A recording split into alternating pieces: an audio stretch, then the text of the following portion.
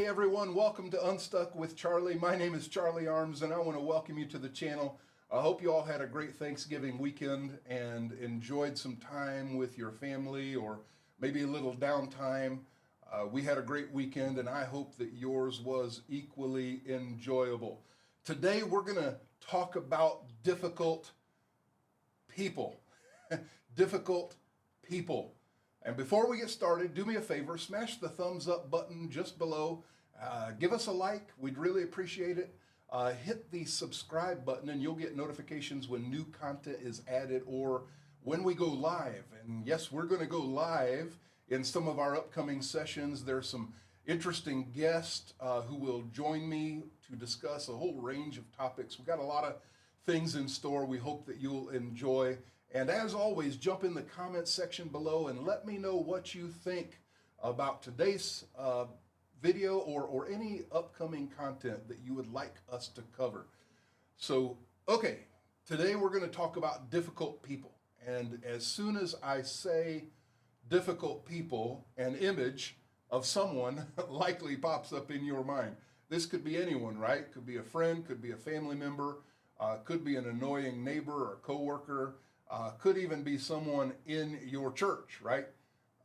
I know I'm not supposed to say this, but some people might get offended by this, but yes, there are difficult people in the church. Nobody is immune. We all have to face difficult people from time to time. People we just can't get away from. But what we can't do is allow them to control and ruin our lives. That's not what God desires. Sometimes difficult people cause us to retreat, cause us to give up, cause us to disengage with family, and sometimes even disengage from our church because these people really are just so frustrating. Our mission on this channel is to help people move forward. So it's time to move forward in your life with a plan on how you're going to deal with difficult people. God doesn't want you to be miserable, and neither do I. So we're going to take a look at some biblical advice, and I'll throw in a few practical tips that I think you'll find helpful. Here's where I want to begin. In Matthew 5:44, Jesus says these words, "But I say to you, love your enemies, bless those who curse you, do good to those who hate you, and pray for those who spitefully use you and persecute you."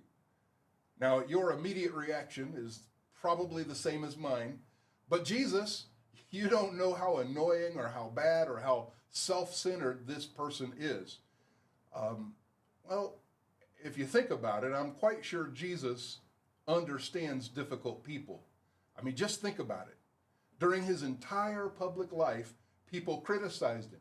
I mean, people even criticize him today. Even his most devoted followers expressed criticism. They doubted him. They were difficult to teach and manage. During Jesus' time here on earth, he was criticized, doubted, betrayed, abandoned, mocked, and even physically harmed to the point of death on a cross. I'm quite sure Jesus understands difficult people. And in this Matthew 5 verse, Jesus says a lot. And I want to go through it. I want to break it down because I believe Jesus gives us the kind of wisdom that is revolutionary and life-changing. Now, there are 4 things he asks us to do with difficult people. 1, love them. 2, bless them. 3, do good to them. And 4, pray for them. Now, I know that's asking a lot, but coming from Jesus, who experienced more difficult people than we can even imagine, I think it's the kind of advice that can help us get unstuck and move forward again, in spite of difficult people. First, he says to love them. Love here doesn't necessarily mean we feel good about the person. We might still not like them, but we are called to love them. Love them. This is a great distinction that I think will set you free when you really think about it. Love is about what we do, not what we feel. Later in the Bible, we hear the words, the heart is deceitful, meaning we can't always rely on or act on our feelings. Jesus isn't saying that your person isn't difficult. It isn't that you have to sit down around a campfire and sing Kumbaya with them, but someone to whom you should show love. Now he goes on to clarify in the next bits of advice 3 ways that we love them. So the second thing he says, love them, then he says, bless them. This means to say nice words to them. Now sometimes people are difficult because nobody has ever said or done nice things to them. Sometimes, though, people I know are just mean and no amount of nice will make much of a difference, but remember, this isn't about controlling them. It's about us being in control of our actions, our feelings, our future. We love them by blessing them, and I know it can be the hardest thing to do, and it runs counter to most of what we learn in society. Most people will tell you if someone is difficult, you just give them a mean response back, or you make a nasty post on social media. But Jesus said to bless them. He doesn't want difficult people to control us.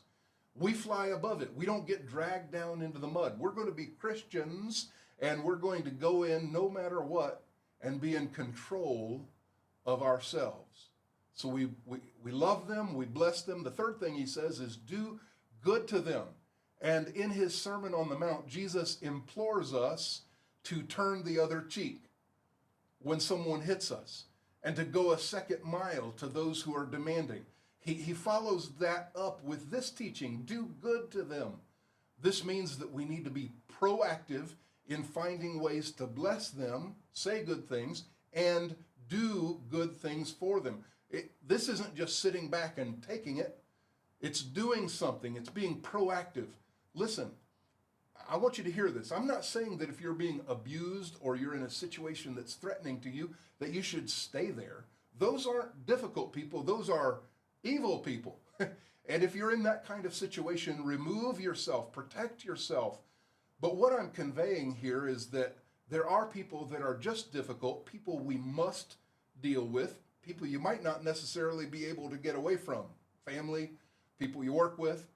And God doesn't want us to be paralyzed. He wants us to take control of our life, control of our future by loving them, blessing them, and doing good to them. This is revolutionary. I mean, it's difficult, but I think if you'll give this approach a try, you'll find you have more control over your feelings, over your life, and then finally pray for them. Now, this doesn't come last on the list because it's least, but it's because it's a reminder that God is ultimately in control. God can change a person's heart. You see, praying for people can not only change their hearts, but it can also change our hearts. Now, you might not be comfortable praying for an enemy or a difficult person, but I think if you do, you might find that God speaks to you and gives you more direction about the approach you're going to have to that person. Well, that's it for today. Difficult people, love them, bless them, do good to them, pray for them, take control of your life. Don't be controlled, take control, be proactive. Well, thanks for joining me today. Jump in the comments and tell me what you think. Ask questions, let's start a conversation. Have a great day, and let's move forward together.